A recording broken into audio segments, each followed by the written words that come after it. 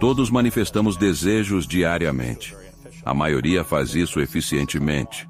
Todos dizem, eu quero X ou Z, ou desejo que algo ocorra. Existem técnicas para maximizar seu potencial de manifestação das intenções.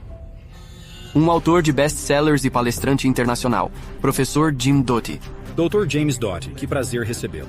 Único. O incrível professor Dr. James Doty. Nunca esqueçam o poder que cada um de vocês tem quando caminham com isso. Um mundo com amor e sem medo. É o que queremos. O universo não está nem aí para você, porque ele não tem nada para dar. Não existe uma entidade externa decidindo seu destino porque você é um bom ou mau sujeito. Uma vez que você compreender o poder que tem, então você pode fazer quase qualquer coisa. Você só precisa acreditar. Diria que é algo para pensarmos logo de início, no começo do dia, de manhã. Preparado para um ritmo diário, manifesto isso tudo. Agora contarei o que faço. Sejam bem-vindos novamente à School of Greatness. Estou animado com o nosso convidado. Temos o inspirador James Doty na casa. Doutor, bom vê-lo e obrigado por estar aqui. Estou fascinado pelo tópico da manifestação, e ainda mais ao ver pesquisas e estudos de neurociência que apoiam esse poder. Seu novo livro, Mind Magic, explica a neurociência da manifestação e como isso muda tudo. Estou animado porque você nos orienta através das etapas do processo de manifestação. Agora, uma pergunta sobre a lei da atração e da manifestação. São iguais ou diferentes? Bem, se você olhar historicamente para a lei da atração, isso remonta ao hermetismo, que é este grupo no 1º ou 2º século depois de Cristo, e havia essa crença na mente, e eles usavam a terminologia, a lei da atração. E claro, depois tem um cara, acho que o nome dele era Phineas Quimby, que promoveu isso mais adiante. Isso foi no século XVIII, ou por aí. E depois, claro, no século XIX. Quem era? Assim foi o influente autor Napoleon Hill. Então pense e enriqueça Napoleon Hill, sim, definitivamente. E de algum modo ele continuou persistentemente nesse caminho. Então é essa narrativa convincente de que existe esse poder universal, que quando você realmente quer algo, se você, enfim, usar os métodos certos, você vai conseguir, sem dúvida. E claro, foi adotado por pessoas que promovem superstições e pseudociência. Isso não quer dizer que não há um fundo de verdade, mas foi cercado por todos os tipos de outros aspectos que eu acho que diminuem o poder real disso. Então há poder na lei da atração? Bem, você poderia dizer que é equivalente. A maneira como é usado equivale à manifestação. A questão é, eu acho mais importante, todos nós estamos manifestando todos os dias, certo?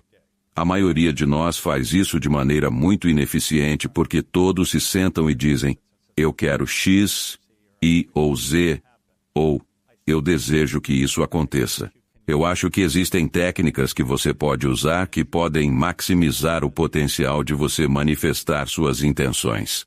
Então, aprender como o cérebro funciona e como essas técnicas funcionam, maximiza isso. Você é como um atleta, como você bem sabe. Se você nunca foi ensinado algo, você tenta pela primeira vez e se atrapalha. Francamente, a maioria das pessoas se atrapalham pela vida, certo? Então, à medida que você pratica ou aprende com pessoas que têm o conhecimento, você aperfeiçoa. Você entende, se você quiser dizer as bases neurocientíficas disso e como você faz essas, o que chamamos de redes cerebrais cognitivas interagirem, e então você passou de, bem, pode acontecer. Eu pensei sobre isso para há uma grande probabilidade de que aconteça. As pessoas falam sobre a mente consciente e a mente subconsciente. O que está em jogo quando começamos a pensar nas coisas que queremos manifestar e realmente as concretizamos no mundo material físico? É a mente consciente ou a mente subconsciente que está dirigindo esse processo de manifestação? Bem, essa é uma excelente pergunta. A questão é, como obter informações gravadas no subconsciente? Simplesmente dizer, eu quero isso pode ou não funcionar. Porque estamos igualmente distraídos por todo tipo de coisa. Veja bem, temos cerca de 10 milhões de bits de informação chegando através dos órgãos sensoriais a cada segundo. 10 milhões? Sim. E só conseguimos processar conscientemente de 50 a 100. Ok, então a maior parte disso vai para manter a homeostase ou funcionamento dos nossos sistemas corporais em um nível inconsciente. Mas na verdade temos acesso ao nosso nível subconsciente. E você pode aprender isso através de diferentes técnicas e em seguida utilizá-las para maximizar a entrada. Então, quando digo que você tem de 50 a 100 bits, você pode usar parte disso para incorporar conscientemente sua intenção, se souber como fazer isso. Interessante. Uau!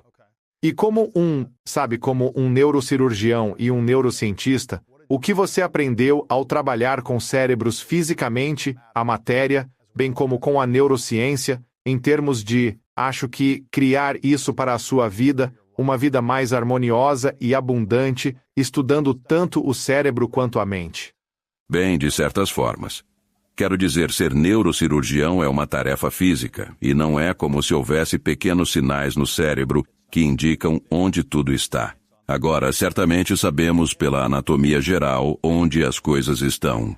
Mas você tem que lembrar, quero dizer, há um subconjunto de pessoas que falamos que o centro da fala fica no lado esquerdo.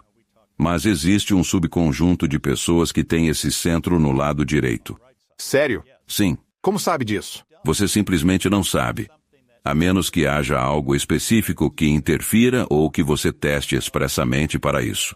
Então, em geral, a anatomia é mais que bem consistente. Mas é como olhar para alguém, há pessoas altas, há pessoas baixas, e assim também funciona o cérebro. Nem todos são programados da mesma maneira, nem tem tudo exatamente no mesmo lugar. E de fato, como um exemplo ilustrativo, digamos que você toque violino. O homúnculo, que na realidade é a área tanto sensorial quanto motora que tem representações diferentes das partes do corpo, é afetado. Se você é um dedicado violinista, a área associada à sua mão ou mãos aumenta consideravelmente de tamanho comparado a outras partes do seu cérebro. Interessante. E de fato, o mesmo é verdade com certos tipos específicos de práticas de meditação. Certo. Então você pode ter um efeito profundamente transformador no seu cérebro físico, e certamente você tem muito poder sobre sua mente. E de alguma forma, é isso que estamos falando. E isso remonta, como você mencionou, à lei da atração. Sabe, tudo está de fato na mente. Eu acho que de fato, ao ser disciplinado e conseguir acessar, você faz as coisas acontecerem. Sim. E seja um desafio físico ou um desafio mental, você precisa entender como obter acesso. Então, como nós conseguimos acesso? Não vou te contar até você ter comprado o meu livro. Bem, você discute no livro o fenômeno da vibração, que é interessante, pois embora existam ondas cerebrais, há também a energia vibracional do coração. E você menciona que a vibração cardíaca é de fato muito mais poderosa que as ondas cerebrais. Me explique como funciona. É verdade, você pode realmente medir a energia vibracional do coração a uma distância de aproximadamente 1,5 a 2 metros. E é aqui que a situação fica confusa entre a coisa mística e a realidade, pois muitas pessoas adicionam todo tipo de outras coisas àquilo, mas surpreendentemente é verdade. E o interessante sobre isso, e tenho certeza que você apreciou, é que você pode conhecer pessoas que têm uma energia e uma presença que te fazem se sentir bem. Normalmente são pessoas que não são julgadoras, são aceitantes, abertas e respeitam quem você é como pessoa. Eles não menosprezam você e você quer estar perto dessas pessoas. E essas pessoas emitem uma energia muito positiva. Isso é interessante. E é interessante também porque, por exemplo, se você tem um grupo de mulheres que moram juntas durante um período de meses, seus ciclos menstruais vão se sincronizar. Sério? Sim. Por que isso? Bem, é a natureza desta energia vibracional. E falo sobre isso no livro. E de fato, se você pegar 5 ou 6 metrônomos alinhados e observá-los, e estiverem na mesma mesa vibrando, todos ficarão sincronizados ao longo do tempo. E então esta ideia de vibração tem, na verdade, uma influência nas coisas, em outras coisas. Então, estando agindo de forma caótica e constantemente em um estado de caos, perto de outra pessoa, posso influenciá-la a criar essa vibração ou o contrário. Eles podem me influenciar a ficar calmo se forem mais calmos. Sim, sim, com certeza. E de fato, qual deles vence? Essa é uma boa pergunta, quer dizer, depende do quão poderosa essa energia é. E essa energia pode ser muito poderosa, negativa ou positiva. E claro, eu acho que você concordaria que a maioria das pessoas tenta evitar estar perto de pessoas negativas. Você sabe, existe um ditado sobre o que eles chamam de sugadores de energia. Eles estão ao nosso redor. Eu fui chamado por uma mulher outro dia, e eu simplesmente temo receber uma ligação dela porque sempre se transforma em um drama sobre ela. E você fica ali e é a mesma coisa repetidamente. E é triste porque... E podemos falar mais sobre isso. Todos nós carregamos traumas da nossa infância, certo? Sim.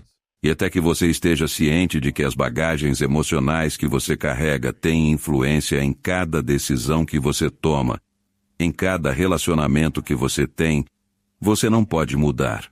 Como exemplo, tenho certeza de que você já viu situações onde pessoas escolhem repetidamente um parceiro abusivo. Sim. De novo e de novo. E você não entende por que isso acontece. Você criou essa energia que permite que isso aconteça. E eu não estou culpando. Estou apenas dizendo que isso é verdade. Então, se você nunca entendeu, por exemplo, que quando era criança tinha um pai abusivo e, sabe, ele era mau ou machucava, o problema é que, sabe, isso se torna familiar para você. E mesmo que seja doloroso e te machuque, é algo que está associado a uma figura de amor. Interessante. Eu acho que é realmente muito triste, na verdade, tudo isso.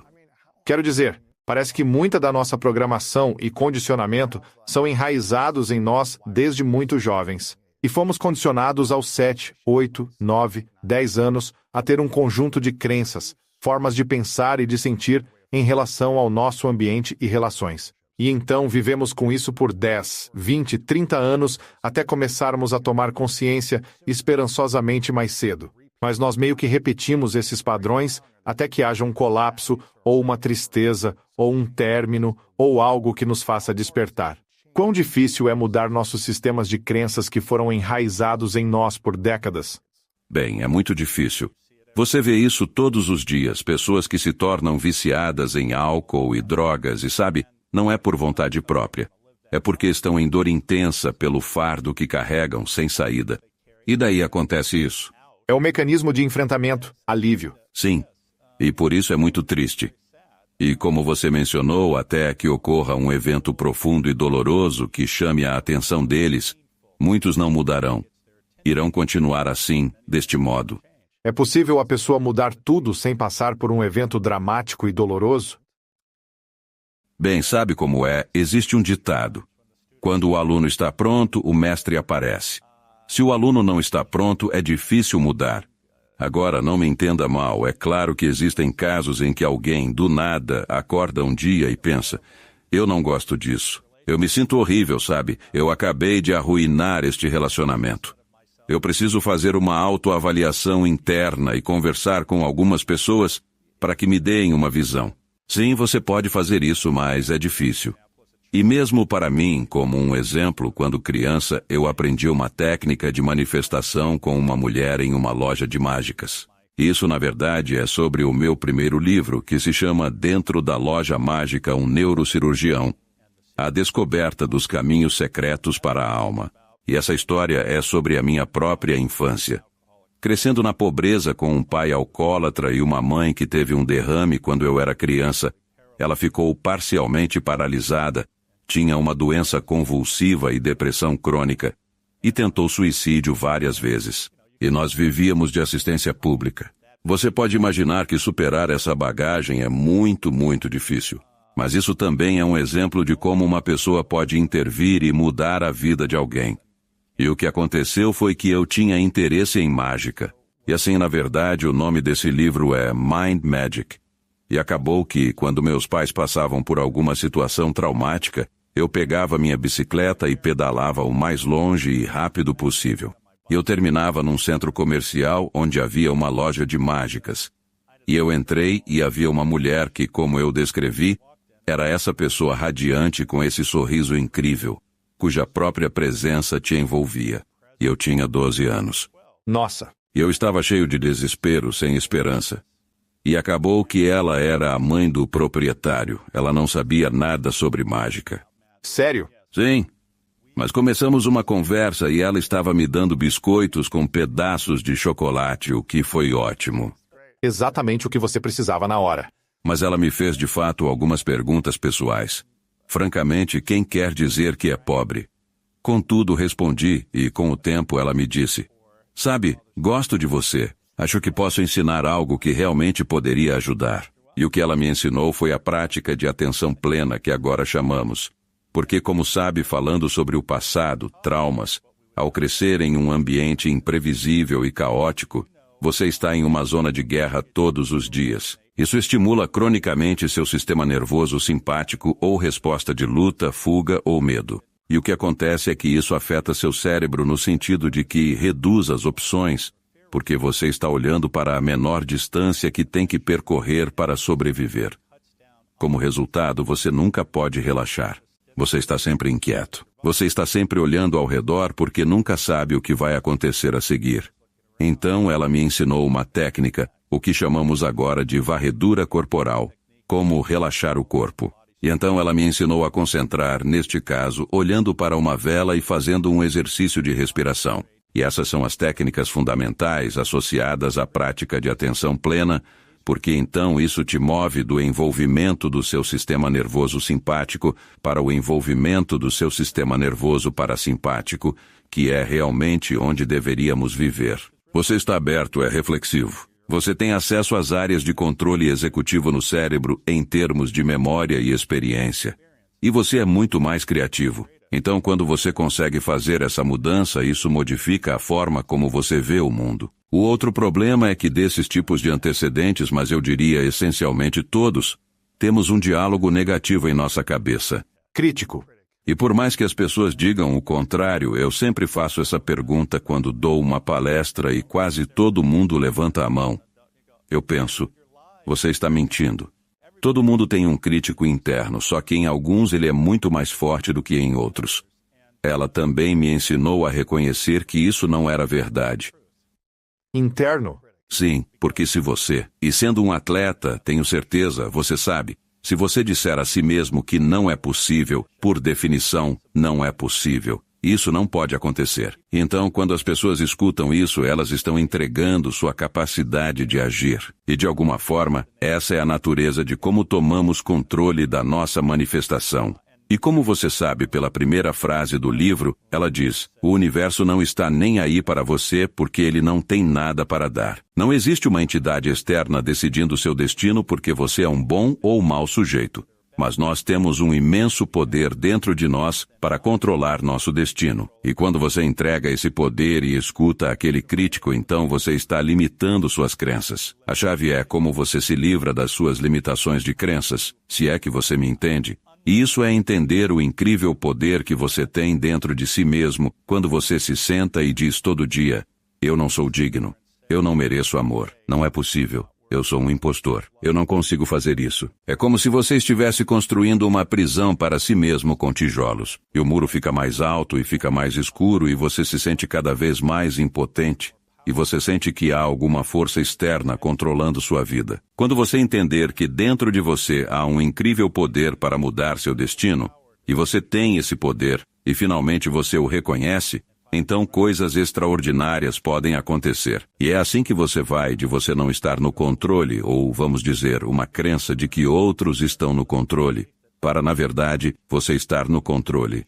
Como você se libertou das crenças limitantes e do constante estado de luta ou fuga, sentimentos que também vivenciei quando criança, me sentindo envolvido, inseguro, estúpido, não amado por várias razões. Consegui fundamentar isso com crenças e provas da infância. Como você aprendeu a quebrar as crenças limitantes e criar crenças mais fortalecedoras para te apoiar, para se sentir emocionalmente livre e começar a atrair mais do que você desejava na sua vida? Bem, antes de mais nada, eu não quero dar a impressão de que a jornada acabou. Às vezes as pessoas olham para você e dizem: Nossa, você tem tudo sob controle agora. Nenhum de nós tem tudo sob controle, certo? Cada um de nós ainda é um ser humano frágil e que está lutando. E alguns de nós estão um pouco mais avançados nessa jornada. Outros continuam tendo dificuldades. Mas interagir com essa mulher me fez ver o mundo sob uma nova perspectiva. Porque quando você faz afirmações negativas repetidamente para si mesmo, como eu disse, isso tira a sua autonomia. Você se sente impotente. Sim. O negócio é que, quando você se autoflagela sendo normalmente a pessoa mais crítica consigo mesma do que qualquer outra, passa a ver todos à sua volta com essa mesma ótica crítica. Interessante. Então, sermos críticos conosco ajuda a criar ótimos relacionamentos com outros? Muitas vezes é muito prejudicial porque você sempre pensa que, vão me trair, vão mentir, pois está contando esses tipos de histórias. E isso torna as coisas difíceis. Autêntico ao ser crítico de si mesmo. Sim, sim. Isso nos leva a uma discussão completamente diferente, abordando as zonas azuis como exemplo, pulando de um assunto para outro. Cidade Loma Linda é bem perto, cerca de 1 hora daqui, uma das zonas azuis. Sim, claro. Mas se você observar atentamente as zonas azuis ou o trabalho do estudo de longevidade ou desenvolvimento adulto de Harvard, como é chamado, mas esse é o renomado trabalho de Robert Waldinger. Séculos atrás, quando vivíamos em aldeias, nascíamos lá. Tínhamos uma comunidade que, mesmo com nossos defeitos, ainda nos amava e cuidava de nós, nos ensinando lições. Tínhamos nossos pais, irmãos e avós por perto. E a própria natureza disso, na verdade, você não tem esse diálogo negativo interno acontecendo, certo? É um diálogo interno negativo que é extraordinariamente prejudicial. Porque, veja, quando você está sempre estressado, ansioso e negativo consigo mesmo, bem, o que isso faz? Isso estimula seu sistema nervoso simpático, que então faz o quê? Resulta na produção de proteínas inflamatórias que, claro, estão associadas a estados crônicos de doença. Isso deprime seu sistema imunológico, aumenta os níveis de hormônios de estresse como cortisol, que de forma crônica são muito ruins para você. A função cardíaca é prejudicada. Sua pressão arterial aumenta. Então todos esses aspectos negativos são ativados quando você está constantemente hipercrítico. Nossa. Então não se sente tão bem. Você se sente cansado, exausto, drenado. E outro aspecto é, por exemplo, com meus próprios pais. Eu tinha a sensação de que não é que eu não era amado, mas era ignorado. Eu não conseguia entender por que eles agiam assim. E eu estava sempre com raiva. E quando eu mudei a forma como eu via o mundo, isso me tornou muito mais compreensivo e gentil. Porque percebi que todo mundo está sofrendo em algum nível. E o problema não era que eles não se importavam. O problema era que eles não tinham as ferramentas para se ajudarem, para se curarem, para processar, para se regularem. Exatamente. E entenda, tenho certeza de que você conhece pessoas. Você as observa passando pela vida e elas sempre lutam porque ninguém nunca mostrou um caminho diferente. E esse é o único caminho. E às vezes eu penso que provavelmente você está pensando, sim, eu já mostrei a eles 1000 vezes. Mas não estão dispostos. Sim. Dispostos. Voltando à questão. Professor, se também estiverem prontos. Sim, sim. A razão pela qual estava dizendo isso é que, de muitas maneiras, prepara o cenário para sua reação. Assim, nessa interação com essa mulher, consegui me regular. Ensinou habilidades. Práticas de atenção plena. Você estava pronto. Exatamente. Então eu percebi que uma vez que eu consegui relaxar, que eu consegui estar presente e atento. Porque você não pode aprender nada ou mudar se sua mente está sempre em outro lugar, certo? No meu exemplo, crescendo, eu nunca sabia o que ia acontecer. Então eu sempre estava preocupado com algo me acontecendo. Mas a ação está aqui entre você e eu. Não se trata de possibilidades. E isso também limita o poder das pessoas, certo? Porque se você não pode se concentrar e atender, você não pode realizar. E se você está sempre distraído, não é possível. Então ela me ensinou a relaxar. Ela me ensinou a estar presente. E então coisas estranhas acontecem. Porque você está sentindo um tipo diferente de energia vindo dos outros e de si mesmo. E essa energia tem uma influência. Como exemplo, tenho certeza de que você já viu a situação onde você tem uma má impressão de alguém na rua. E você atravessa a rua. Sim. Bem, e você está captando algo intuitivamente. Mas o fato é que, se você tem raiva e hostilidade dentro de si, você está transmitindo isso para outras pessoas. E o que eu digo às pessoas é que, quando eu mudei a forma como eu me via, isso mudou a forma como eu via o mundo. E isso mudou a maneira como o mundo reagiu a mim. Como o mundo olhava. Então, depois desse período com essa mulher, eu estava muito mais aberto. Eu estava reflexivo. Eu estava generoso. Eu estava gentil. E porque eu compreendi que eu tinha estado sentindo dor e ainda estava sentindo, mas outras pessoas também estavam. Então isso mudou a forma como eu as via. E eu acho que isso é um aspecto muito crítico do processo de amadurecimento. E de estar em um caminho de autodesenvolvimento. Isso é lindo. O que você diria? Qual seria o pensamento? Qual é o pensamento número 1 e a emoção número 1 que nos impede de ter a capacidade de manifestar? Qual seria o maior medo? Que tipo de medo seria esse? Bem, isso é insegurança. É vergonha. E isso resulta em você limitando suas crenças. Então, de certa forma, sobre o que estamos falando aqui é realmente uma decisão entre medo e amor, certo? E quando você está com medo, isso estimula seu sistema nervoso simpático com todos os aspectos negativos disso. Quando você ama, você está aberto, é generoso, é atencioso, é gentil. Porque você ativou o sistema nervoso parasimpático. E você tem uma escolha. Isso é como se você olhasse para os filósofos estoicos como alguém como Epicteto, que foi escravo. Ele diz: eu não posso controlar meu ambiente externo. O que posso controlar é como eu reajo ao meu ambiente. Então você encontra pessoas com certeza que dizem que a vida delas é miserável. Que a vida delas é horrível. Enquanto você conhece outras pessoas que dizem, bem, está difícil agora, mas estou otimista de que vai melhorar. Ou sei que se eu fizer isso, vai melhorar. Essas são atitudes completamente opostas que têm um efeito profundo. Profundo dependendo do que você está acreditando. Sim, mas como alguém consegue mudar sua atitude para o positivo, mesmo estando sofrendo e se sentindo vítima de tantas adversidades que acontecem? Bem, não posso simplesmente dizer com toda sinceridade que, se você fizer isso, sua vida será completamente perfeita.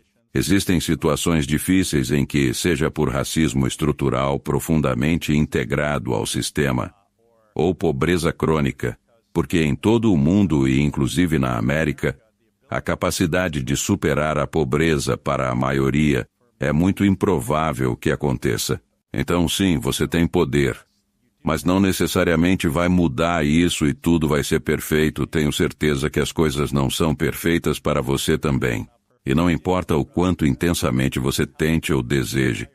Embora externamente as coisas possam até parecer fantásticas. Não é perfeito e definitivamente não é do jeito que você necessariamente deseja. Eu tenho que dizer exatamente a mesma coisa. Mas há de fato algumas pessoas que, não importa o quanto trabalhem duro, encontrarão o processo extremamente desafiador. Dito isto, o que sabemos é que existem certas práticas e regras estabelecidas. E se você deseja realmente sair de algo ou mudar as coisas, então a melhor maneira de fazer isso, a que tem a maior probabilidade de sucesso, é seguir algumas das coisas sobre as quais estamos falando aqui. E uma delas é que, por exemplo, há uma tendência inerente em todos nós de querer alcançar algo. E se você é um atleta dedicado, você define certamente uma meta. Bem, metas são sempre boas. Mas se você se concentrar apenas obsessivamente no objetivo e não se preocupar com qualquer uma das outras coisas importantes que estão acontecendo durante o processo, então, eventualmente, você alcança o objetivo, e ainda assim, não há nada lá. O que sabemos, a maior causa do sofrimento é o quê? É o apego e os desejos intensos. E o fato é que, quando isso é seu foco absoluto e não podemos obter todas essas coisas, você ficará muito decepcionado e ignorou todas as pessoas em sua vida enquanto se concentra apenas nisso. E, infelizmente, muitas pessoas aprendem essa lição muito tempo depois de terem destruído suas famílias, passado por vários casamentos Seus filhos não gostam deles. Certo? Porque perseguiram resultado, objetivo ou sonho, mas negligenciaram o resto. É porque, como eu estava dizendo, até sobre mim mesmo eu pensava, bem, se eu apenas fizer isso, você sabe, minha vergonha e insegurança vão desaparecer. Serei amado por todos, e minha vida será perfeita. No entanto, em cada um desses ápices, tudo o que eu tinha era decepção. E enquanto todos me diziam que a vida era ótima, eu não sentia isso por dentro. Porque eu não havia entendido que eu era o único que tinha a chave para a prisão criada por mim mesmo. E até que você perceba isso, você está em um caminho muito difícil. Então, se estamos partindo de um ponto de insegurança, medo ou escassez, e estamos dizendo, sabe, eu quero manifestar. Eu quero criar mais para mim mesmo. Eu quero ter mais dinheiro, quero ter mais oportunidades, realizações, sucesso. E é isso que eu quero. Eu desejo essas coisas. E começo a aplicar algumas das práticas de manifestar e criar mais abundância em minha vida. Mas, se eu criar esses resultados externos e não mudar as inseguranças ou a vergonha, o que acontece depois? Bom, você termina como eu, tendo tudo e estando incrivelmente infeliz. Sim. Você ainda pode realizar e atrair o que deseja, concretizar desejos e alcançar objetivos, mas isso não mudará sua autoestima. Pode até piorar. Exatamente. E por isso estava te contando a história daquela mulher, pois aos 12 anos ela me ensinou uma técnica de visualização ou de manifestação que originou este livro. Então ela disse para escrever 10 desejos. Bom, novamente, infelizmente, na sociedade capitalista ocidental e com apenas 12 anos, você fica pensando no que as pessoas desejam. Quero dinheiro, carros e garotas. Bem, sim, eu queria um relógio Rolex. Sim. Porque o pai do Afrindabite tinha um e para mim isso parecia tão incrível. Certo? Eu queria um Porsche prata. Eu queria uma mansão de frente para o oceano, etc, etc. 12. Sim. Sim. Eu queria $1 milhão, que hoje em dia provavelmente são cerca de 100 milhões. Mas de qualquer forma, eu consegui absolutamente cada uma dessas coisas e estava mais miserável do que jamais estive, na verdade. E o interessante nisso é que isso, de certa forma, é o ponto central deste livro. Porque, de novo, a pessoa média pensa que sabe o que quer, mas não entende o que realmente precisa. E esse é o aspecto crítico aqui. Qual é a diferença entre saber o que queremos e ter o que precisamos? Então, como você sabe, existe o que chamamos de felicidade hedônica. A lista que eu acabei de dar a você está relacionada ao prazer e à felicidade hedônica. Eu quero. Isso vai me fazer sentir bem comigo mesmo. Ai. Essa é a pior coisa que você pode fazer se quiser manifestar o melhor. Sério? Sim. Quando você pessoaliza. Sim, pois você fala tanto desta insegurança que seria a causa principal de todo o resto, estou certo? E não é. Não é suficiente, definitivamente não. E especialmente as pessoas pobres veem através da amarga perspectiva de não ter o suficiente. E então, quando você age baseado em uma profunda crença e movido pelo medo, isso tem um alto negativo efeito nessas redes cognitivas cerebrais. Agora, isso não significa que não é possível, apenas significa que você está se limitando severamente. E assim falamos da complexa ideia de felicidade hedônica ou egoísta que é transitória, é superficial, não dura muito tempo, certo? Felicidade eudaimônica, por outro lado, é um profundo senso de propósito. Isso, de fato, em termos de beneficiar os outros, não é apenas sobre você. E a chave essencial para isso, no entanto, é que quando você olha através da perspectiva da compaixão, o que acontece é que você muda profundamente a maneira como vê o mundo e o que você precisa, não o que você deseja. Interessante, não é? Você vê? Isso muda tudo porque você percebe que quando você está servindo, quando você cuida dos outros, não necessariamente precisa ter aquela casa grande e o Porsche não vai te completar. E então, você provavelmente não vai mais perseguir isso porque é apenas uma quimera na qual você está focado, porque pensa que vai ajudar a se livrar da vergonha e do vazio. Certo? Está vendo? Então é uma mentalidade diferente. Quando você muda para o sistema nervoso parasimpático que ativa todas as suas redes cerebrais e permite que elas se sincronizem, digamos, então tem a maior probabilidade de se manifestar. Interessante. Então, pelo que entendi, E me corrija se eu estiver errado, quando viemos de um lugar de carência e queremos mais para ganho pessoal por si só, isso não vai nos trazer o nível máximo de felicidade em comparação a quando viemos de um lugar de querer criar mais, servir ou impactar outras pessoas de alguma forma que esteja conectada a um propósito maior, teremos mais realização e, com esperança, manifestaremos exatamente o que precisamos. Exato, isso está correto. E resume tudo. Essa é a real chave de tudo. Interessante. E eu posso te dizer, sabe, por mim mesmo, como eu disse, eu consegui tudo o que queria. E eu estava miserável.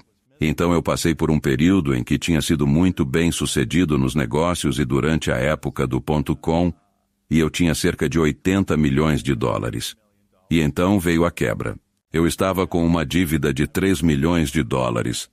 Mas de qualquer forma, eu já estava miseravelmente infeliz.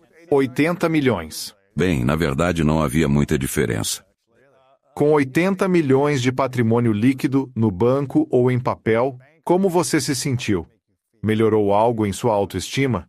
Não, sério, não, nem um pouco. Não teve vontade tipo, agora tenho dinheiro. Provei que todos erravam.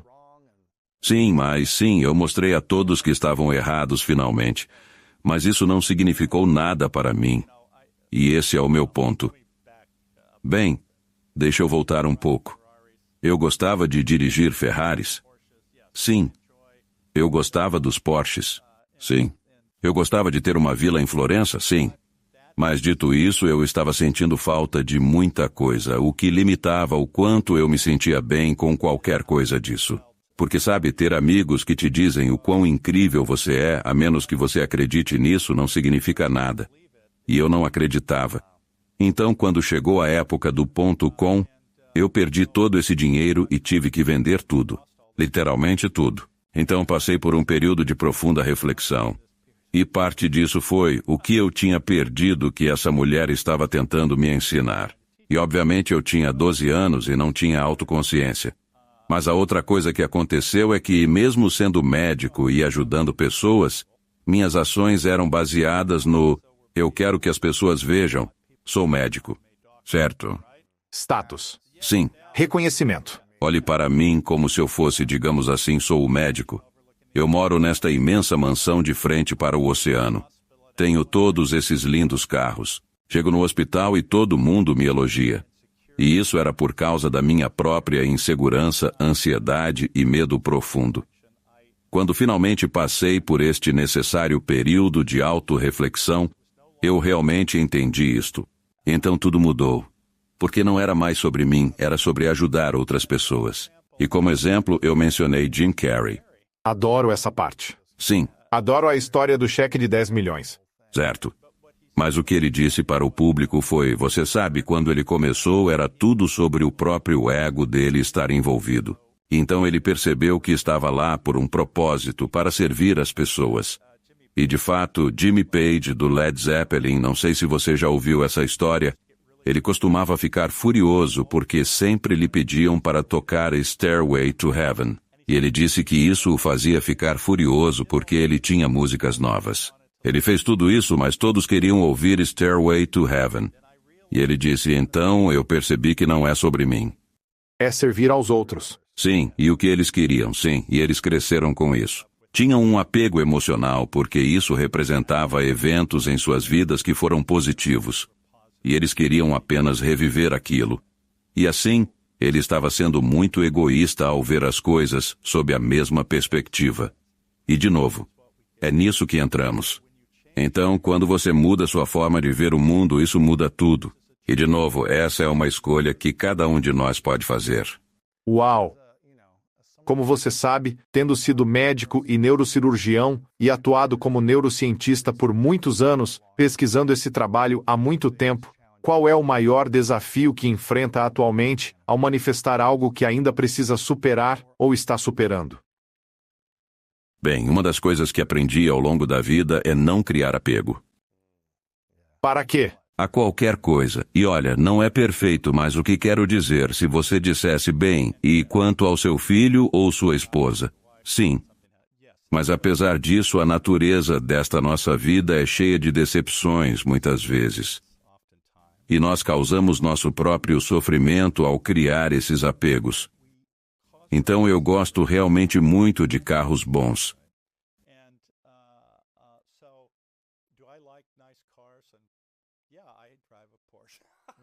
Luxos. Sim, e eu trabalhei muito duro.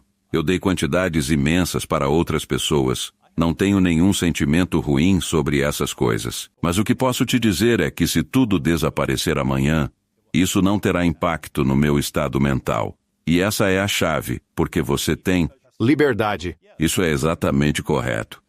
Porque se você cresce na pobreza, o que é que te prende ou segura ou aprisiona? Dinheiro. Então, quando eu perdi tudo e tive essa escolha com essas ações que eu poderia doar para a caridade ou não, eu escolhi doar, o que eram 30 milhões de dólares. Mas doar, de certa forma, me libertou. Eu simplesmente não me importava mais. Não me aprisionava mais, entende?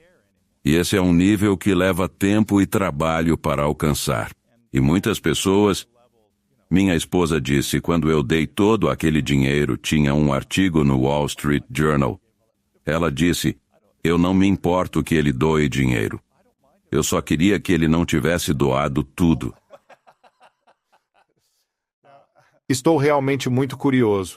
É mesmo ruim as pessoas quererem possuir bens materiais, um carro bacana, uma casa legal, $1 milhão na conta bancária ou roupas bonitas? Isso é considerado ruim quando elas pensam em manifestar, já que é sobre elas mesmas? Bem, se tudo é sobre você e sua narrativa é sempre sobre você, eu acho que você vai levar uma vida infeliz. Não vai conseguir a felicidade.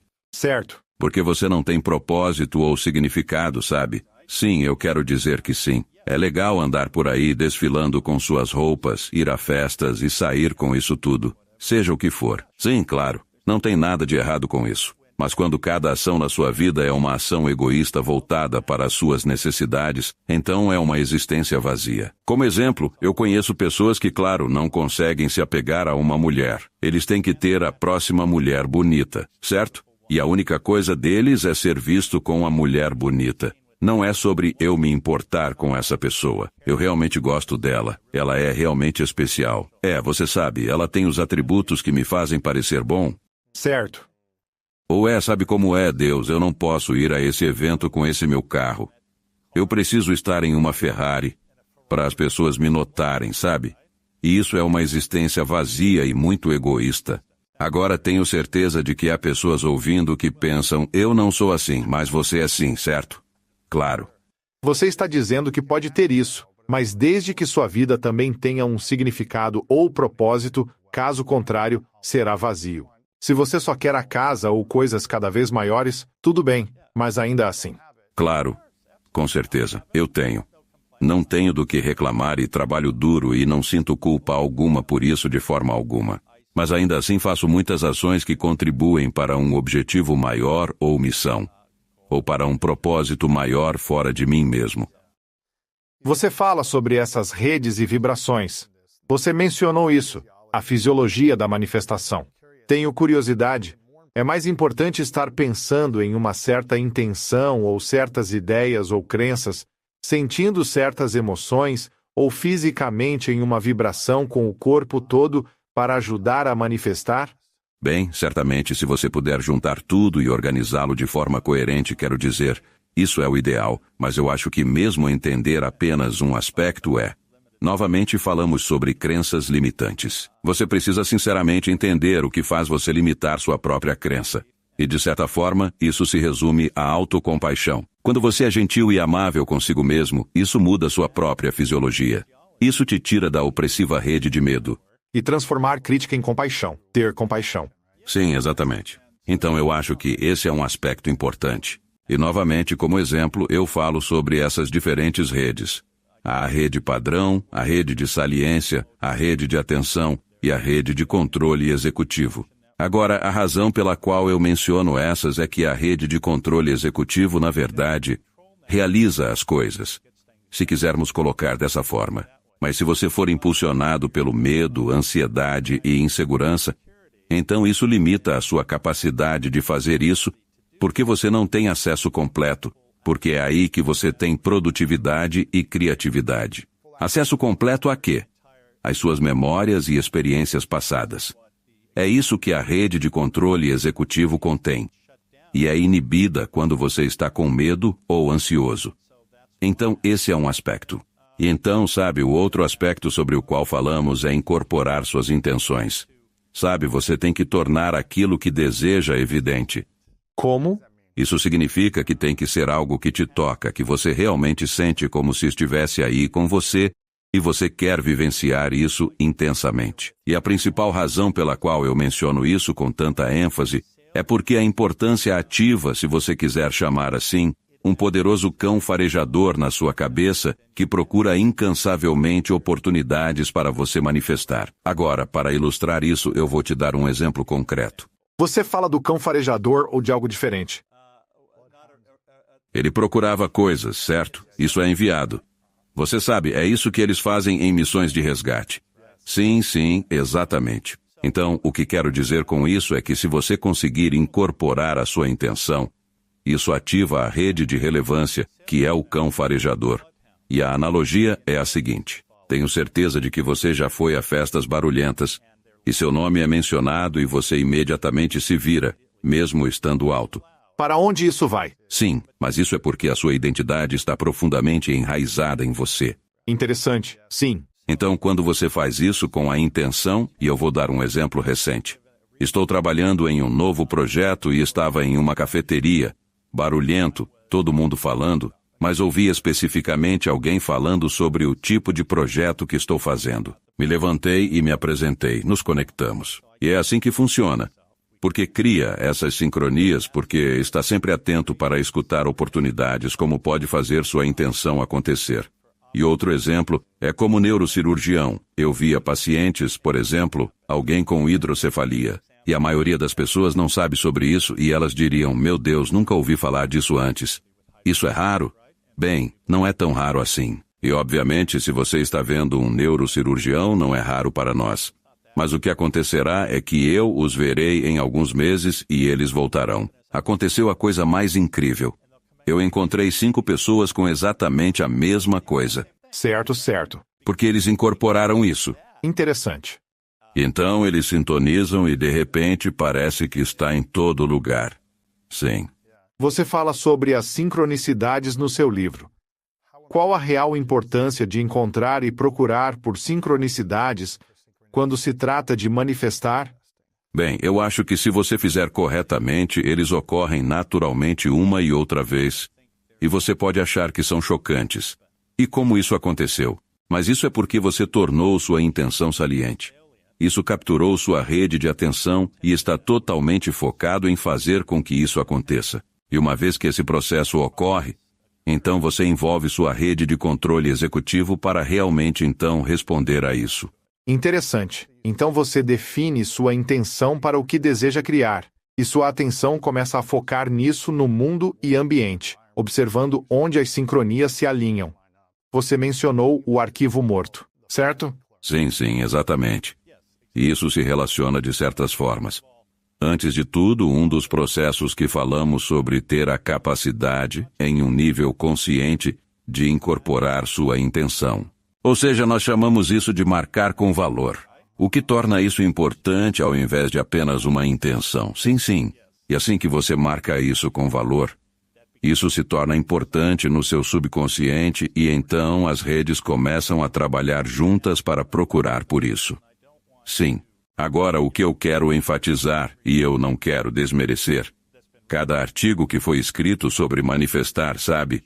Eu mencionei os problemas que tenho com o segredo ou outras narrativas desse tipo, mas a realidade é, sabemos que o que se conecta, ativa junto. Sim, entendo. E o meu ponto sobre isso é, em primeiro lugar, você tem que realmente trabalhar. Não é como se, eu pensei nisso, então deve acontecer. É como qualquer coisa. E nós falamos sobre isso mais cedo, sabe? Todo mundo está manifestando todos os dias. Eles só fazem isso de maneira muito ineficiente, infelizmente. Então, quando você faz isso de forma estrategicamente eficiente, todas essas coisas, sabe, se unem para fazer sim acontecer. É por isso que, por exemplo, o que essa mulher iluminada na loja de mágica fez. E isso foi bem antes de, sabe, essas relevantes ideias serem amplamente divulgadas. Ela me fez escrever minha lista de coisas que eu queria ardentemente manifestar. Porque, novamente, quando você usa todos os órgãos sensoriais, você está envolvendo todas essas diferentes coisas que vão para o seu subconsciente. Você escreve, lê em silêncio, alta voz, olha, visualiza, e isso é o que os atletas fazem. Eles visualizam o desenrolar e se veem no papel.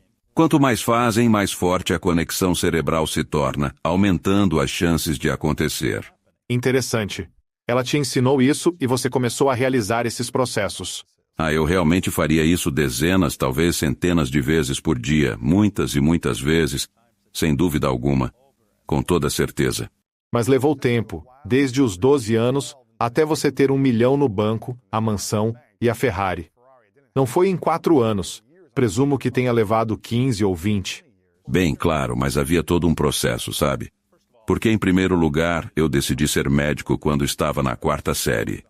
E isso foi baseado em um dia de profissões onde um médico veio à nossa sala de aula, e eu fiquei tão impressionado com essa pessoa que, naquele momento, decidi ser médico porque ele era gentil, ele era atencioso, ele respondeu minha pergunta.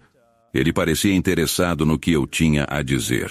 Falar que se você é pobre e não tem recursos, afirmar vou ser médico é mais fácil falar do que fazer. E de fato eu tive desafios. Mas vou contar algumas histórias, no entanto, que mostram como o sistema funciona. Mesmo que você não tenha feito todas as coisas típicas para fazê-lo funcionar. Então vou contar como entrei na faculdade de medicina e como entrei na faculdade de forma geral.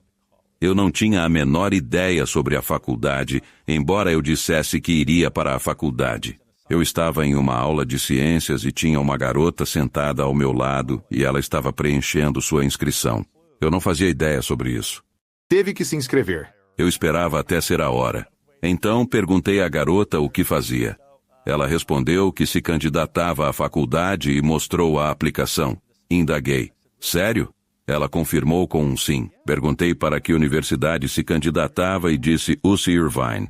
Ela me questionou onde eu me candidatara. Eu disse, UC Irvine. Sim. Ainda não recebi minha inscrição. Ela disse que tem uma extra. O quê? Uau. Uau, pronto. Preenchi aquilo e, você sabe, fui aceito. Mas isso não é interessante antes de você continuar? Você teve a oportunidade bem na sua frente. E não pensou em outras escolas. Você viu algo que não conhecia, decidiu tentar e ela disse: aqui está o formulário. Você preencheu, foi aceito e foi para lá, certo? Sim. Não, e esse é o ponto, estava lá.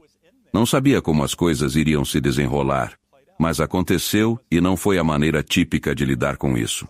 Exatamente. O que ocorreu foi que enfrentei muitas dificuldades. Tive de sair da universidade várias vezes, por exemplo, para tirar meu pai da prisão ou lidar com minha mãe que tentou se matar. Não são experiências agradáveis.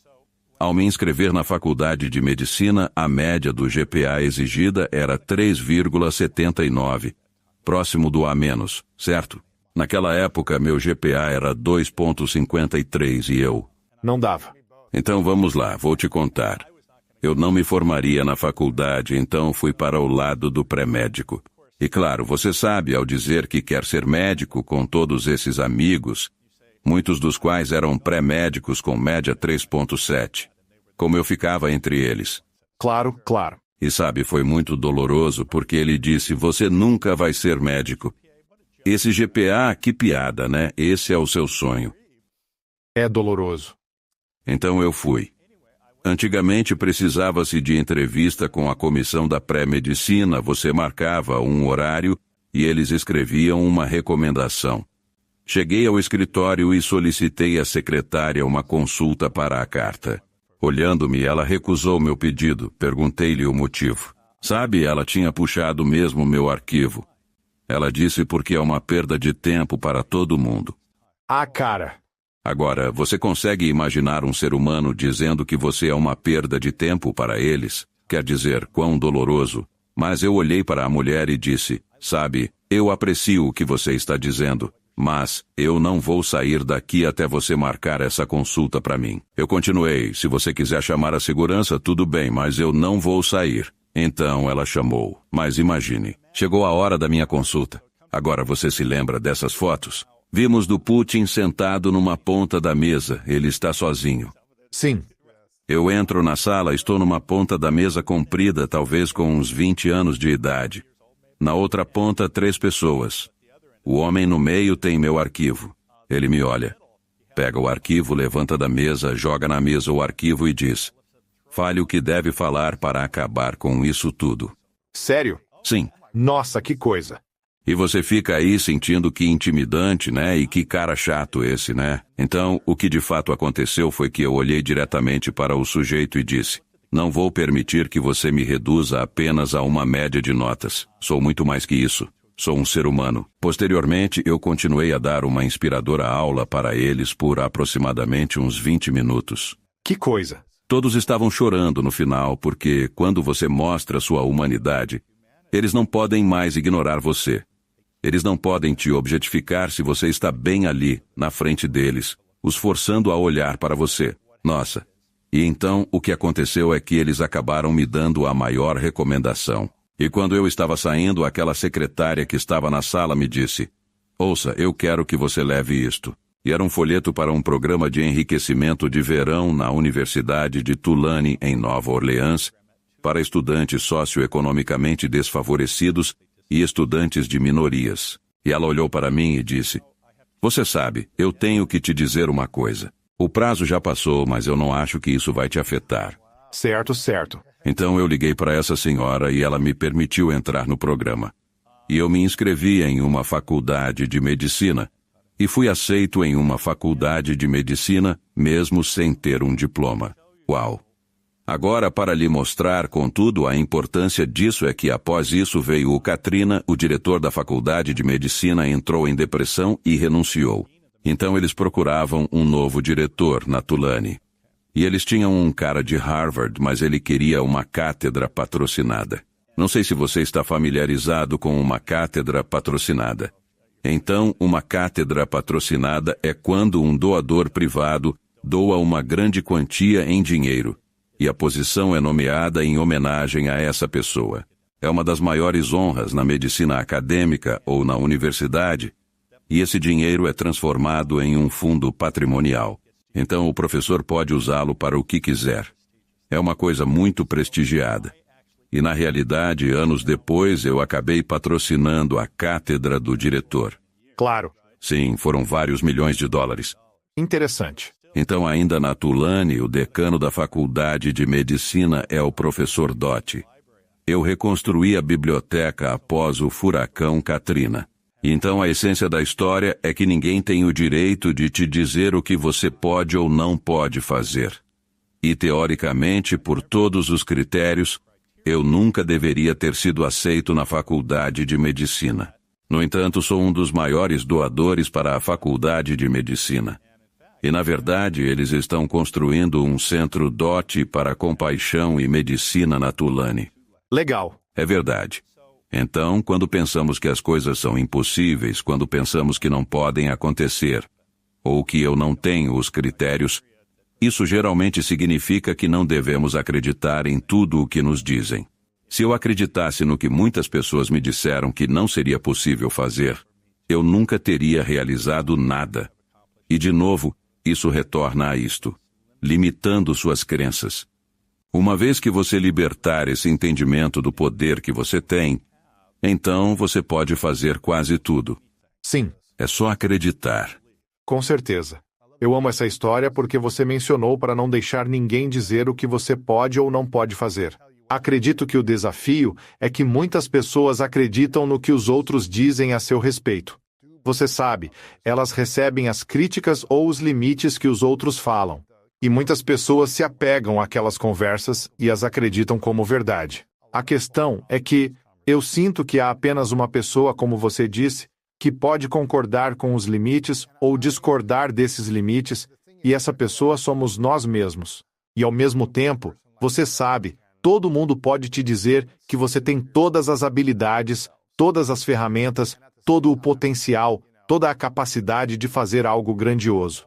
Mas se você não acreditar, isso não vai importar tanto. Mesmo que todo mundo no mundo tenha dito, nós acreditamos em você, você é incrível. Se nós estivermos nos limitando a receber essas palavras e a entender essa identidade, não vamos alcançar o que queremos ou não vamos criar as vidas que queremos. Então, como superamos a nós mesmos, dos diálogos e dos críticos em nossa própria mente e também das opiniões dos outros, sejam elas positivas ou negativas, como superamos isso e acreditamos que somos capazes? Bem, primeiramente, muitas pessoas ouvem uma declaração minha e pensam, ok, amanhã farei isso. Vou fazer tudo. Entrarei em forma, correrei 16 quilômetros e depois estudarei tudo. O problema é que essa é a pior coisa a fazer. E de fato tenho certeza que você provavelmente conhece B.J. Fogg e seu livro Micro-Hábitos. Recentemente conversávamos que é preciso começar devagar, certo? Escolha algo simples que prove seu poder. Talvez acordar às 6 e caminhar ao redor do quarteirão. E você apenas faz isso porque o que acontece é que agora você está mudando seu sistema de crenças. Você está dizendo, eu estabeleci essa meta e consegui alcançá-la, e agora eu faço isso todos os dias. Certo. Então pode demorar um pouco mais e assim por diante. Até que de repente você esteja correndo uma maratona, quando antes mal conseguia levantar e caminhar pelo quarteirão. E eu acho que essa realmente é a chave. É começar pequeno, se congratular por pequenas vitórias, aceitar isso e então deixar que isso se assimile e depois fazer outra coisa. Entenda, é um processo lento. Nada acontece de um dia para o outro.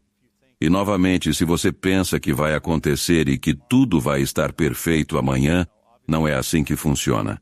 E obviamente, na minha própria vida, isso levou décadas.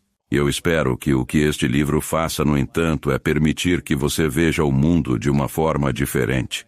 Usar as técnicas que são descritas ali para não ter que passar pela dor e sofrimento que eu e outros passamos. Ele te dá algumas percepções, algumas ferramentas, e novamente tenho certeza que você já experienciou, você pega um livro às vezes.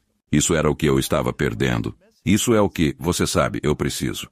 E o que eu tentei fazer é tanto mostrar a ciência por trás disso, mas também entrelaçando histórias, como eu mencionei, a do Jim Carrey.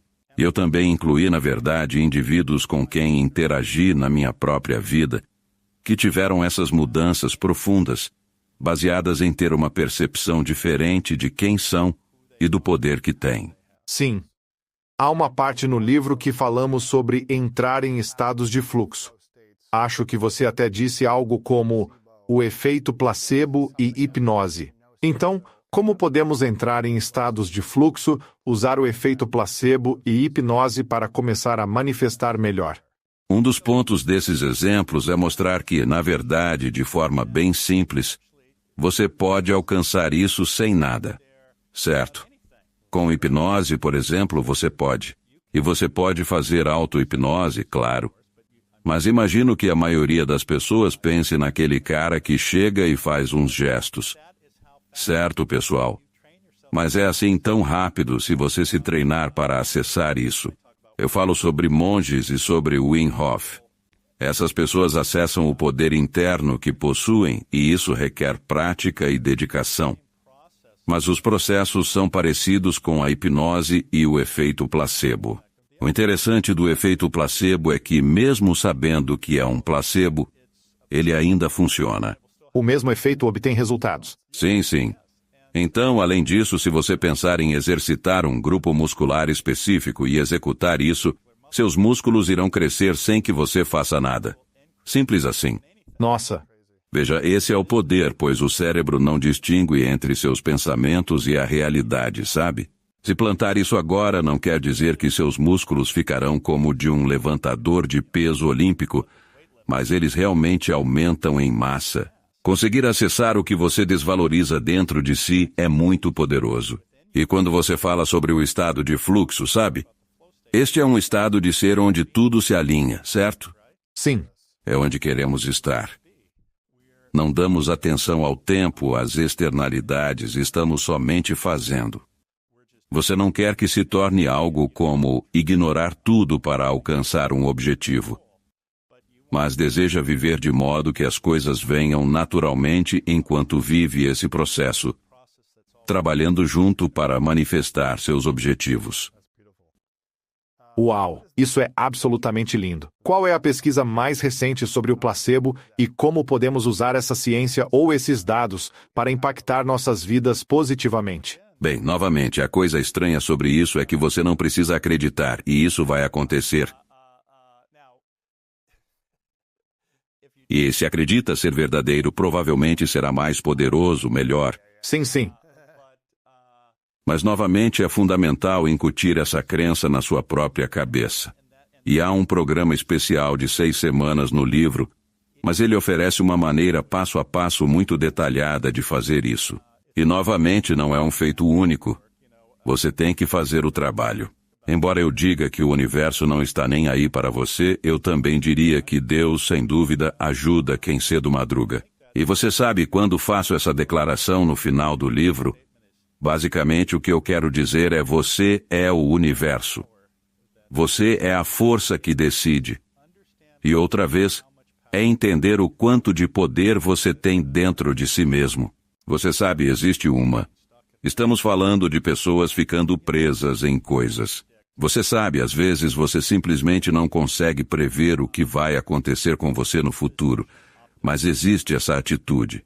Chama-se otimismo disposicional. Não sei se você se lembra de uma vez ler isso, mas é completamente entender que as coisas nem sempre funcionam no nosso cronograma designado e manter um estado constante de uma visão otimista do mundo.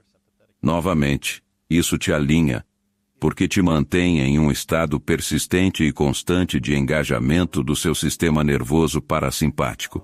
E se você pode viver nesse estado persistente e ver o mundo através dessa lente apreciativa, sua fisiologia vai estar no seu melhor. Sua longevidade vai, sem dúvida, aumentar. Você vai ser muito mais feliz em termos de propósito e significado na sua vida. Você sabe, nada é, ou pelo menos não consigo imaginar nada pior do que ser um velho rabugento ainda perseguindo mulheres de 20 anos, tendo 3 ou 4 Ferraris. E na verdade isso me lembra. Vou te contar uma história engraçada. Eu estava em Aspen dando uma palestra e um dos benfeitores era um viúvo de 80 anos que sobreviveu ao Holocausto. E então ele convida todo mundo para a sua casa. Então chegamos a essa enorme mansão e isso, sabe, 20, 30 milhões. Certo, em Aspen. Em Aspen, sim, você sabe, uma de suas várias. Claro. Então eu entro lá e eu era um dos principais oradores. Aí ele chega em mim e começa a falar. E sabe, ele olha para o meu relógio e diz: "Vê isso?" Ele aponta para o relógio dele. $1 milhão. E eu tipo, e daí? O que você fez? E ele disse, eu venho até aqui. E eu, tá bom. Então ele me leva até a garagem dele e novamente muitos carros. E eu estou olhando para ele e então ele começa a dizer, sabe, eu nunca fui feliz. E eu disse, entendi. E ele continua. Ele me conta sobre, na verdade, sua trágica experiência no Holocausto, e ele se casou com essa mulher. Mas ele nunca foi apaixonado ou tinha paixão, e assim por diante. Ele disse, sabe, eu sou miserável. Eu faria qualquer coisa para ser feliz. E eu disse, entendi. E ele pergunta, você pode fazer algo por mim? E eu disse, sim, eu posso. Eu disse, se você passar 10 horas comigo, eu vou lhe dar esse presente. Então ele diz, sério? E eu disse, sim. Ele pergunta, quanto vai custar? E eu disse, vai custar $100 mil por hora. Ele me olha e diz, 500 mil. 1 hora ou total? No total. Bom, era. E eu disse claramente, não funciona assim. São $1 milhão. E estou te garantindo, realmente garantindo. Uau! E então, de repente, a filha dele está lá e ouve a nossa conversa, e ela vem e diz, papai, você sabe, ele é como um neurocientista, ele estuda isso. Você deveria definitivamente fazer isso. E ele olha profundamente para mim e diz, garota tola, você não sabe nada sobre dinheiro. Ele então diz, preciso seriamente economizar esse dinheiro para você. E ela me olha diretamente e diz, eu tenho tudo o que preciso, a sério. Não preciso de mais nada. E ela resolutamente fala, faça isso. E ele diz, não, não, não, você é muito tola. E o meu ponto é, aqui havia uma oportunidade para ele aprender algo, para conseguir o que ele disse que realmente queria. Mas seu próprio interesse egoísta e ambição sobrepuseram qualquer coisa que de fato pudesse dar a ele o que ele queria. Uau! Interessante. Sim, Ele tinha uma crença, uma identidade atrelada à necessidade de ter mais dinheiro. E não mudaria isso. sim, sim. Mas isso foi o que sempre o fez feliz ou infeliz durante toda a sua vida. Exatamente. Isso lhe deu uma falsa sensação de segurança, status, influência, poder ou algo assim. Bem, infelizmente você sabe, existem pessoas assim, mas todos ao redor riem delas, levam na brincadeira. E provavelmente estão tornando as pessoas ao seu redor mais infelizes. Assim, porque tem que ganhar, certo? $1 milhão. Uau! Superar todos. Sim, e isso é uma coisa muito clássica. Na verdade, não estou criticando Warren Buffett, mas quero dizer, há uma história que sua esposa escreveu que dizia que ele nunca esteve interessado no dinheiro. Ele estava interessado em vencer o jogo. O jogo de ganhar. Certo, certo. E não é sempre sobre vencer. Às vezes é sobre cuidar dos outros, entender as pessoas, ser útil. Imagine alguém que tem esse grau de riqueza, o que ele poderia ter feito para, digamos, financiar um orfanato ou ajudar as pessoas que não podem pagar por comida e pelo que precisam, sabe? Teria sido algo mínimo. Pequeno comparado ao que ele tinha. Sim, verdade. Essa ideia de identidade, sabe? Começamos a construir nossa identidade quando crianças, na adolescência e nos nossos 20 anos. Como começamos a identificar o que realmente é a nossa identidade e como isso está nos empoderando ou desempoderando na busca por concretizar nossos desejos? Bem, o problema principal é que, para muitas pessoas, a questão é que elas têm problemas de vínculo e apego que foram profundamente impressos nelas. Ansiedade antiga ou apego ou... E assim eles não apreciam. Olhe, quando você está crescendo com 7 ou 8 anos de idade, você não entende isso. Mas esse tipo de conexão, sabe, elas ficam profundamente enraizadas. E você as leva consigo. Portanto, tem que se esforçar para entender. Por exemplo, tenho certeza de que alguns ouvintes devem pensar: agora tenho uma pequena noção. Porque estou sempre escolhendo o mesmo tipo de parceiro errado. Mas por que faço isso? E você tem que, de certa forma, olhar para trás e refletir sobre si mesmo. Sim. Sabe, eu estava dando uma palestra uma vez, e havia uma mulher. Ela levantou a mão. Estávamos falando exatamente sobre esse assunto, e ela começou a chorar. E ela disse que seu pai, quando ela era criança, disse a ela que ela não seria nada. Tão triste. Sim, é horrível. E isso é o que as pessoas precisam entender. Palavras importam para as crianças. Então a mulher disse, sabe, e toda a minha vida eu tentei ser alguém. Sabe, ela disse, eu me tornei enfermeira. Eu consegui um doutorado. Ela é uma executiva sênior em uma rede de hospitais. Ela está indo extraordinariamente bem. E toda a vida dela foi tentando superar essa bagagem emocional.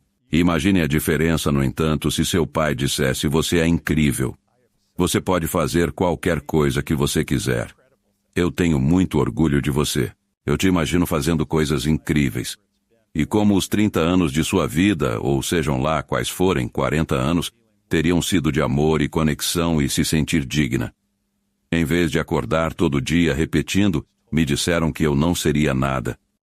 Acho que há uma pergunta bastante complexa e implícita nisso. Se você recebe todo o amor incondicional e afirmações positivas dos seus pais, que você pode fazer e ser o que desejar, versus a dura realidade de você não tem o que é necessário, você nunca vai ser alguém na vida. Você me decepciona. Você precisa fazer melhor, esforçar-se mais.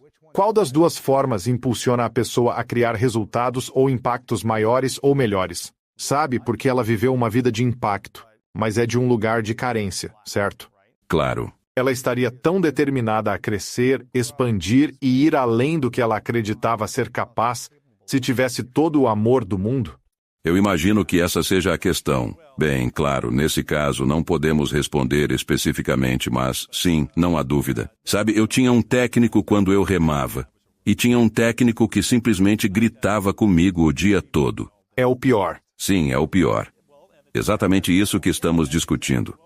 Te fez se esforçar e trabalhar mais? Ou só sentir que o cara é um babaca? Odeio esse cara. Eu estava percebendo. Sim, antes eu tinha um técnico diferente. O novo técnico era um ser humano extraordinário, uma pessoa em quem você se inspiraria. Ele ganhou a medalha de ouro nos 2 com o timoneiro em Melbourne, em 52, acho que foi isso. E ele dizia, escute, você precisa trabalhar nisso. Mas eu sei que quando você fizer isso, você vai se destacar aqui. Você está fazendo um trabalho incrível. Eu posso perceber que você está realmente empenhado nisso. Eu estou tão orgulhoso de você, certo? É mais divertido. Sim, você consegue um resultado semelhante. Porém, é como se alguém com uma mochila te apunhalasse pelas costas a vida inteira, dizendo, vá em frente. Em contraste com quem te abraça e envolve, expressando seu amor. Pode-se ter resultados incríveis de pessoas extremamente cruéis, mas não é uma estratégia a longo prazo. E não é uma vida saudável. Não. Sabe, provavelmente há muito estresse, ansiedade e dor crônica que você está carregando com essa energia, com essa vibração sobre a qual fala no livro. E quando entramos em estado de fluxo, somos capazes de criar mais abundância de maneira harmoniosa. Exatamente. Não de forma cansativa e persistente para alcançar algo, sentindo-se exausto ao chegar. Sim. Então, em vez de sentir realização e pensar, esse cara eu mostrei para você, você está lá pensando, Deus, como estou feliz por ter. Deus, que sensação boa. Estou tão feliz por ter conseguido fazer isto. É uma coisa completamente diferente. E eu esperaria que as pessoas quisessem o outro caminho. O de positividade e encorajamento e não alguém te impulsionando. E este é um dos problemas na América corporativa, certo? Você tem chefes que pensam que criar medo motiva e até certo ponto motiva. Sabe, tem uma história ótima sobre um cara. Qual era o nome dele? Carnes, não me lembro, acho que era Jeffrey Carnes. Ele estava na Austrália. Mas ele dá um exemplo interessante. Ele disse que fizeram uma avaliação 360 na empresa. Tenho certeza que você conhece isso, sim. Eles avaliaram todo mundo. Ele disse que vieram compartilhar os resultados com ele. Ele está contando à esposa, sim, vieram compartilhar os resultados. Eles o disseram que, em toda a história deles, ele era o pior CEO que já tinham visto. E ele disse que eles lhe disseram que seus empregados tinham medo dele e que ele estava criando um ambiente insalubre. E por aí vai. E ele diz isso à esposa e se pergunta, o que você acha disso? Acredita nisso? Estou pensando em demiti-los. E ela diz, por que você faria isso? Eles estão absolutamente corretos. E ele fica, o quê? E ela disse, estou te dizendo isso há 20 anos e você não me escutou. Ela disse que ele precisava parar e refletir sobre isso. Então ele passou por uma análise de 2 anos com terapia e acabou conhecendo um monge budista e começou a praticar meditação. Eles fizeram uma reavaliação alguns anos depois. E agora eles tinham uma das maiores taxas de retenção, uma das maiores taxas de produtividade, um dos maiores valores para os acionistas, liderando com compaixão, consideração, bondade como motivador versus o medo como motivador.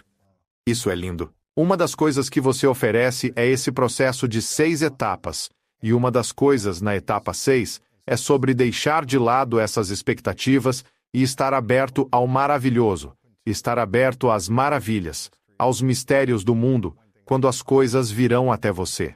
Talvez seja diferente do que você originalmente queria, todas essas coisas diferentes. Por que é importante manifestar sem estar apegado aos resultados desejados e ao mesmo tempo estar aberto ao maravilhoso? Sabe, um dos grandes desafios é justamente esse. E volta à complexa questão do apego. Porque uma vez que você se apega firmemente a algo, você tem uma visão pré-definida de como tem que ser. correto? Então, inevitavelmente, isso cria uma potencial decepção. E a natureza caprichosa da manifestação é que não acontece exatamente como você quer, porque o que você pode não perceber é que existem outros fatores competindo aqui. E às vezes você pode não apreciar isso, mas em um nível inconsciente, a decisão certa está de fato sendo tomada. Em um nível consciente, isso não é exatamente o que você pensava que era, e por isso você resiste, o que gera infelicidade. Outra coisa é o mesmo que ter um prazo rígido, como se algo urgentemente tivesse que acontecer até esse dia específico. No entanto, não funciona sempre assim. Apenas como exemplo, estive passivamente planejando um ambicioso festival mundial de compaixão, que é sem dúvida uma parte enorme disso, certo? Por longos 13 anos estou nesse projeto. Estou decepcionado com algo? Definitivamente não. Não aconteceu. Ainda não aconteceu, mas vai acontecer. Sim, e isso também é otimismo disposicional. Eu tenho uma crença absoluta de que isso vai acontecer. Aliás, como mencionei um pouco antes, eu estava com Kailash Satyarthi, que é um Nobel da Paz, ontem, e estávamos falando sobre esse mundo. A compaixão surgiu. Então ele disse, por que não juntamos nossas forças e fazemos isso acontecer? Isso é legal, não é? Então, sabe, é um processo e não funcionou de forma alguma conforme o cronograma que eu tinha imaginado, mas eu não estou desapontado ou deixo de acreditar que vai acontecer. Caso contrário, eu ficaria lá sentado pensando, sou um fracasso. Você sabe, isso deveria ter acontecido 10 anos atrás. Por que não aconteceu? É como tudo mais que eu faço. Eu sou um perdedor, certo? Em vez de dizer que vai acontecer, está lá. As coisas não se juntaram todas para permitir que isso acontecesse. E mesmo que não aconteça exatamente como eu imaginei, se acontecer, é uma coisa extraordinária. E assim eu acho que você tem que olhar dessa maneira, caso contrário você está criando infelicidade para si mesmo. Claro. E por que fazer isso? E de novo, a vida não funciona desse jeito. É como, por exemplo, sentar e dizer, quero atrair essa mulher linda, ela tem esses atributos, etc, etc. E aí você visualiza a mulher loira. E então uma mulher de cabelos escuros aparece e tem todas aquelas qualidades e você diz, sai daqui, você não é loira. Sim, certo. Sim. Então não funciona do jeito que você quer. O que você diria, sabe? Algo em que devemos pensar ou fazer logo de manhã para nos preparar para um ritmo diário de manifestação. Existe algum mantra? Existe um processo? Existe uma maneira de pensar, uma maneira de sentir, uma maneira de agir? Tem algo em que devemos acreditar assim que acordamos ou pela manhã? Bem, o que eu faço pode não funcionar para todos. E todo mundo tem uma biologia diferente. Eles têm uma maneira diferente de ver o mundo, e eu tenho a minha. Agora vou contar o que faço para me centrar pela manhã. Mas isso prepara o terreno para manifestar. E o que quero dizer com isso é que estava falando sobre ter um estado mental de estar a serviço dos outros. Minha prática todas as manhãs é que acordo e digo, todas as manhãs, isso é um exagero. Não é todas as manhãs. É a maioria delas. Sabe, é engraçado, não sei se você já viu, sabe, o filho de Deepak Chopra fez um filme sobre ele e Gotham. Sim, Gotham Chopra. Isso mostrou que o pai deveria estar meditando.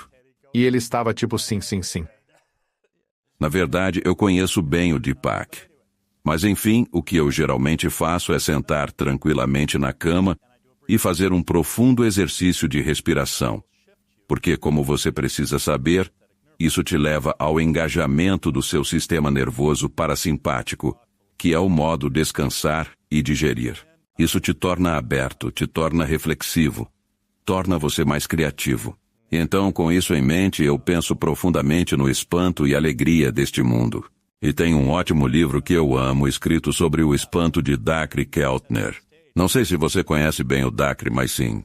Então isso prepara o cenário vendo o mundo por essa nova perspectiva de incrível admiração por estar aqui e a alegria de poder interagir nele. Então, nesse contexto, eu sigo um mantra de 10 letras. Isso realmente se desenvolveu quando fui pessoalmente convidado pela minha faculdade de medicina, o que foi uma honra incrível para mim, para dar a palestra da cerimônia do jaleco branco aos novos estudantes de medicina. Imagine o cara que nunca deveria fazer essa palestra muito prestigiada. Mas o que eu queria era inspirar esses alunos através de algo que fosse simples e fácil de lembrar, mas que os centraria em suas vidas daqui para frente, não apenas como médicos, mas como seres humanos. Então eram 10 letras do alfabeto. Era C, compaixão por si e pelos outros. D, reconhecendo a dignidade de cada pessoa e praticando a equanimidade. E isso é essa ideia de uniformidade de temperamento. Sabe, estávamos falando sobre perseguir metas e ter apego. É ótimo atingir uma meta. É ótimo ter aquela euforia quando você a alcança. É maravilhoso, é incrível, mas é transitório. Claro. E você não pode viver perpetuamente nesse estado o tempo todo. Inversamente, ter decepções, falhar em coisas, perder em coisas, por mais horríveis e dolorosas que sejam, elas também são passageiras. Então ter essa igualdade de temperamento e não se perder nos extremos é muito, muito importante. Além disso, se você refletir profundamente, o que mais te ensina? Não são os momentos altos. São as decepções, os desafios, as coisas que você teve que superar. Isso faz você ser quem você realmente é e cria uma resiliente fortaleza. Então, de alguma forma, pensar que você vai absolutamente evitar isso, em primeiro lugar, definitivamente não é saudável. Mas é justamente daí que vem tanto ensinamento vital. O outro aspecto claro é o perdão. E nós sabemos que quando você carrega emocionalmente emoções atreladas a um evento específico, ou a uma determinada pessoa, toda vez que você pensa naquele impactante evento, ou naquela pessoa, isso afeta você negativamente. Interessante. Portanto, quando você consegue não carregar esse peso ao liberá-lo, e isso não implica esquecer o que lhe fizeram, compreende que manter essas memórias não é saudável, sendo assim é liberto. E claro, ter gratidão é das coisas mais poderosas e realmente importante.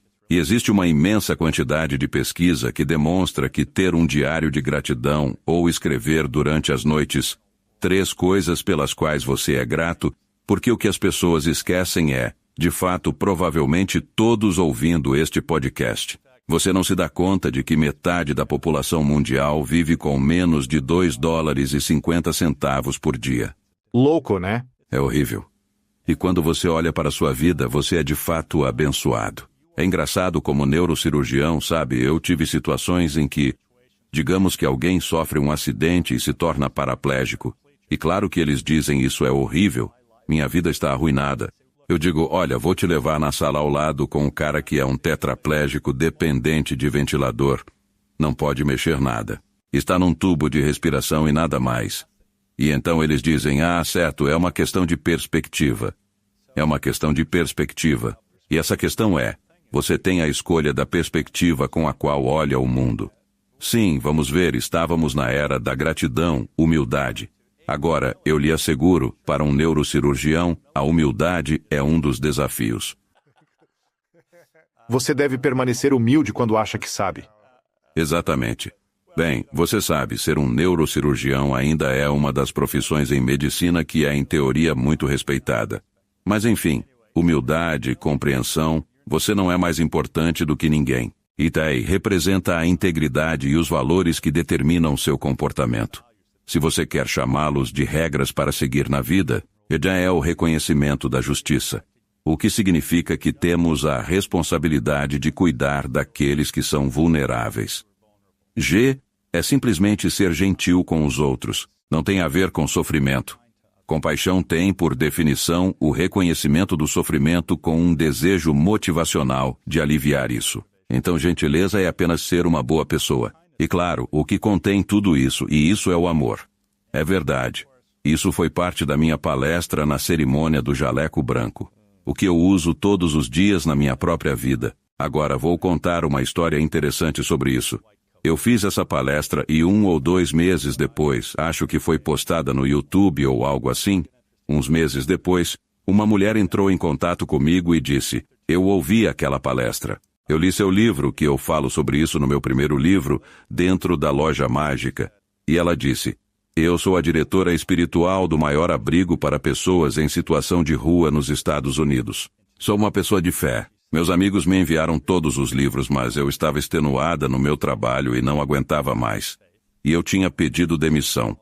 Ela disse, eu li seu livro. Eu ouvi aquela palestra. Isso me deu forças para voltar ao trabalho, o que eu fico tipo, meu Deus, que lindo, certo? Um mês depois, ela me envia outro e-mail e diz, sabe, eu tenho que contar a história. Eu estava contando para minha melhor amiga sobre isso, e ela tem uma filha chamada Ginny. E Ginny tem 12 anos e faz contas. E Ginny fez um conjunto de 10 contas de madeira que cada uma representa uma dessas letras do alfabeto. E ela adicionou uma conta dourada para representar a regra de ouro. Você se importaria se vendêssemos estas para apoiar o abrigo para pessoas em situação de rua e nós termos um centro pela paz lá? Com certeza. Alguns meses depois ela me enviou outro. Ela era como uma perseguidora.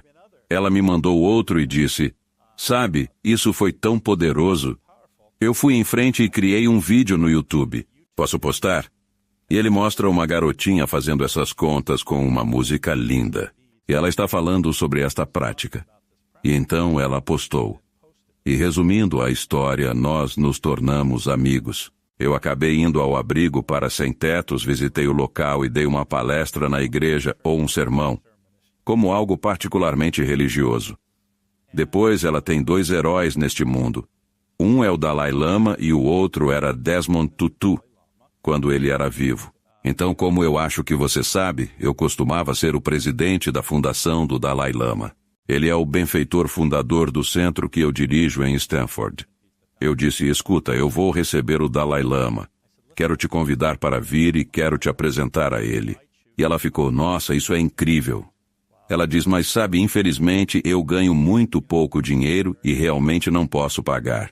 Eu disse, bem, escuta, eu vou te contratar como consultora e traga um monte de contas com você. E eu fiz isso. E nós tivemos estas contas abençoadas por sua santidade. E ela conseguiu conhecer o herói dela. Então, avançando alguns anos, eu era amigo do Tutu. Então eu estava na Cidade do Cabo na festa de aniversário de 80 anos dele. Então, durante o seu 85º, eles me convidaram para ir novamente para o seu aniversário. Eu estava em Oslo e liguei e disse, escuta, você precisa fazer um favor para mim. Eu disse, quero que você vá à Cidade do Cabo em meu lugar e conheça o Tutu. E por um lado, obviamente, custou algo para fazer isso, mas olhando para o quadro maior do meu mundo, isso era irrelevante. Certo. Mas para ela era literalmente o seu mundo. Exatamente. E você vê. Isso exemplifica perfeitamente o que cada um de nós pode fazer ao simplesmente realizar um ato simples e gentil. E pode ser dizer um sincero olá, pode ser segurar a porta aberta, pode ser sentar com alguém que se sinta sozinho, pode ser comprar uma refeição quente para uma pessoa sem teto. E a verdade é que o benefício que você obtém com isso é tão poderoso e inestimável.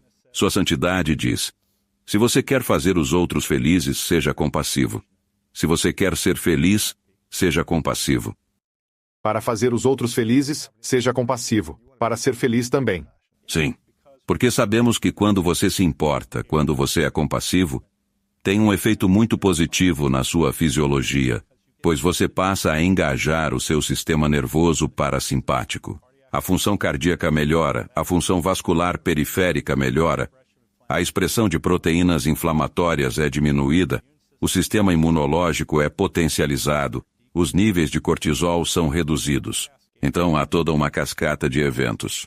Além disso, quando você é gentil e compassivo, os centros de recompensa e prazer são estimulados. Sabe quem não gostaria de ser assim? E é isso que as pessoas às vezes esquecem. Uau! A maioria esquece de ser compassiva consigo mesmo. E essa é a questão do que estamos falando. Mágica da mente, a neurociência da manifestação muda tudo. É extremamente poderoso. Todos deveriam ter este livro. Compre outro para um amigo.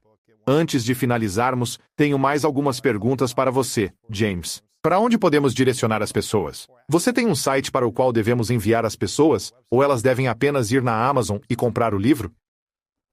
Há muitos lugares para conseguir livros além da Amazon.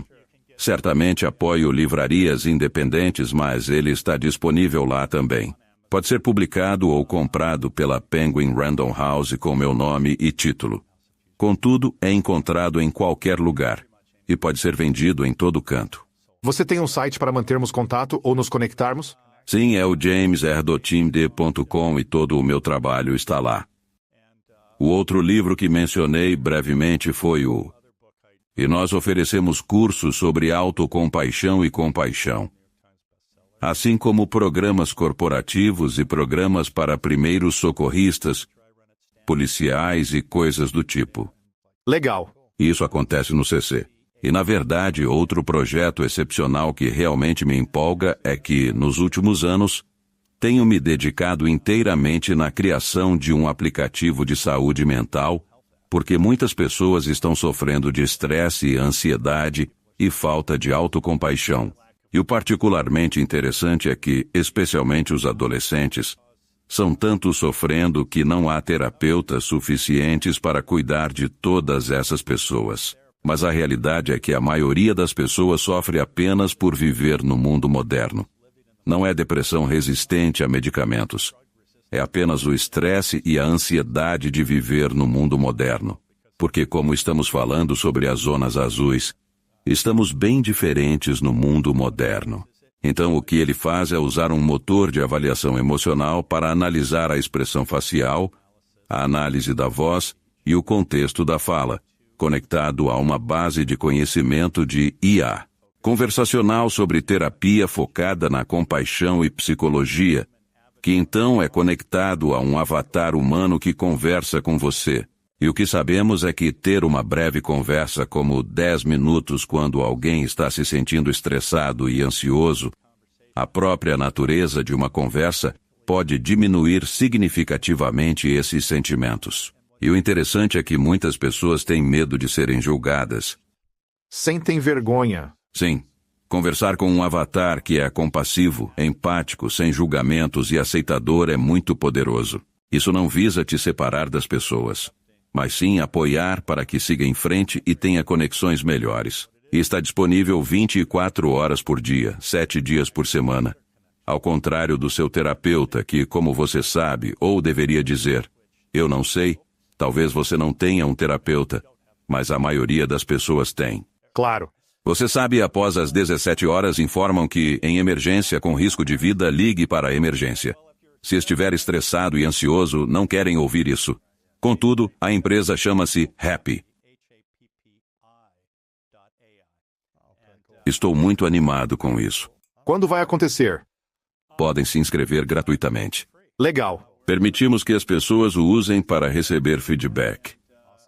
Se o experimentarem, por favor, envie-me uma mensagem. Isso é algo bom, pois queremos aprimorá-lo e é surpreendente o tipo de conversa que pode surgir. Feliz inteligência artificial. Confira isso também.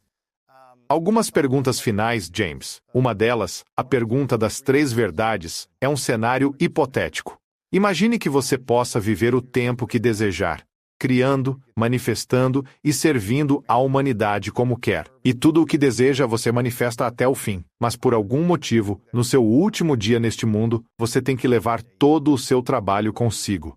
Este livro, não teremos acesso a ele. Esta conversa não estará mais disponível. Tudo o que você criou, por algum motivo, foi para outro lugar. Nós não temos acesso. É um cenário e uma pergunta hipotética. Mas se fosse o seu último dia, daqui a muitos anos, e você só pudesse deixar para trás 3 lições para o mundo, e isso é tudo que temos de informação sua, do seu conteúdo, quais seriam essas 3 verdades para você que você compartilharia?